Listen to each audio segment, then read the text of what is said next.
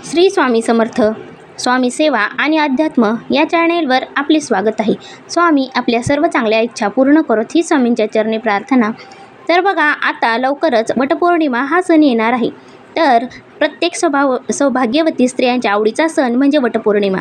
आणि त्याचबरोबर बघा, हा वटपौर्णिमा सण 29 जून सोमवारी या दिवशी येणार आहे. आणि त्याचबरोबर प्रत्येक स्त्रिया आपल्या पतीला दीर्घायुष्य मिळावे आणि त्याचबरोबर 7 जन्मासाठी हाच पती आपल्याला पती म्हणून लाभावा, म्हणून यासाठी हे व्रत केले जाते. यंदा वटपौर्णिमा तिथी ही 28 जून रविवारी सकाळी 8:35 सुरू होऊन ती सोमवारी रात्री 8:48 मिनिटांपर्यंत असणार आहे. त्याचबरोबर बघा, पूजेचा शुभ मुहूर्त हा सकाळी 6:30 ते दुपारी 12:30 वाजेपर्यंत असणार आहे.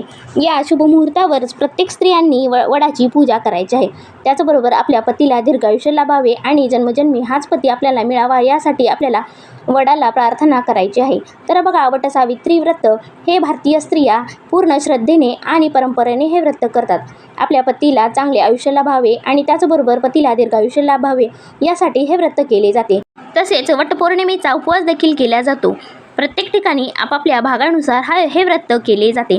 तर बघा, कुणी 3 दिवसाचा उपवास करतात आणि वडाची पूजा झाल्यानंतर हा उपवास सोडला जातो. किंवा काही ठिकाणी आदल्या दिवशी उपवास करून दुसऱ्या दिवशी वडाची पूजा करूनच हा उपवास सोडला जातो. किंवा काही ठिकाणी अशाही पद्धती आहेत की सकाळपासून पूजा होईपर्यंत काही खायचे नाही आणि त्यानंतर पूजा झाल्यानंतर हा उपवास सोडला जातो. किंवा संध्याकाळी चंद्र बघून हा उपवास सोडला जातो. तर बघा, प्रत्येक ठिकाणी आपापल्या परंपरेनुसार हे वडाचे व्रत केले जाते किंवा हे वटपौर्णिमेचा उपवास केला जातो. तर बघा, हा वटपौर्णिमेचा उपवास सुद्धा आपल्याला आपल्या पतीसाठी करायचा असतो आणि वडाची पूजा झाल्यानंतर किंवा आपल्या परंपरेनुसार हे व्रत करायचे आहे. त्याचबरोबर बघा, या दिवशी सौभाग्यवती स्त्रियांनी सकाळी लवकर उठायचे आहे आणि या व्रताचा संकल्प घ्यायचा आहे आणि त्यानुसार आपापल्या पद्धतीने हे व्रत करायचे आहे. त्याचबरोबर बघा, शुभ मुहूर्तावरच या दिवशी आपल्याला पूजा करायची आहे. त्याचबरोबर बघा, या दिवशी राहू काळ देखील आलेला आहे. तर या राहू काळामध्ये चुकूनही आपल्याला वडाच्या झाडाची पूजा करायची नाही. या काळामध्ये जर तुम्ही वडाच्या झाडाची पूजा केली तर आपल्याला या व्रताचे कुठलेही फळ मिळणार नाही. राहू काळात केलेली पूजा ही मान्य केली जात नाही आणि म्हणूनच या राहू काळामध्ये आपल्याला चुकूनही वडाची पूजा करायची नाही. तर राहू काळ या दिवशी बघा, सकाळी 7:12 ते 8:24 असणार आहे. हा 1 तासाचा राहू काळ आहे. तर या राहू काळामध्ये आपण चुकूनही वडाची झाडाची पूजा करायची नाही. तर बघा, या 1 तासामध्ये आपण वडाच्या झाडाची पूजा करायची नाही किंवा आपल्या देवघरामध्ये सुद्धा देवाची पूजा करायची नसते. म्हणूनच हा राहू काळ अत्यंत महत्त्वाचा मानला जातो आणि या राहू काळामध्ये कुठलीही सेवा किंवा काही उपाय केले तर ते फलदायी ठरत नाहीत.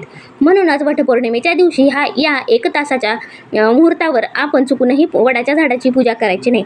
तर बघा, ज्या वर्किंग वुमन आहेत किंवा ज्या बाहेर कामासाठी जातात आणि लवकर उठून जर या पूजा करणार असतील तर या वेळेमध्ये तुम्ही चुकूनही पूजा करू नका. राहू काळ हा 8:24 असणार आहे. म्हणूनच तुम्ही 8:30 नंतर ही पूजा केली तरी चालेल. तर या राहू काळामध्ये कुठल्याही स्त्रीने ही वडाची पूजा करायची नाही. त्याचबरोबर बघा, वडाची पूजा करत असताना वडाला आपल्याला 7 फेरे मारायचे असतात किंवा 108 फेरे मारायचे असतात आणि वडाला हळदी कुंकू लावून पूजा करून आपल्या पतीच्या दीर्घायुष्यासाठी प्रार्थना करायची आहे आणि अशा पद्धतीने आपल्याला ही वडाची पूजा करायची आहे. तर बघा, आजच्या व्हिडिओमध्ये ही माहिती तुम्हाला कशी वाटली हे नक्की कमेंट करून सांगा आणि आपल्या चॅनलला नक्की सबस्क्राईब करा. श्री स्वामी समर्थ.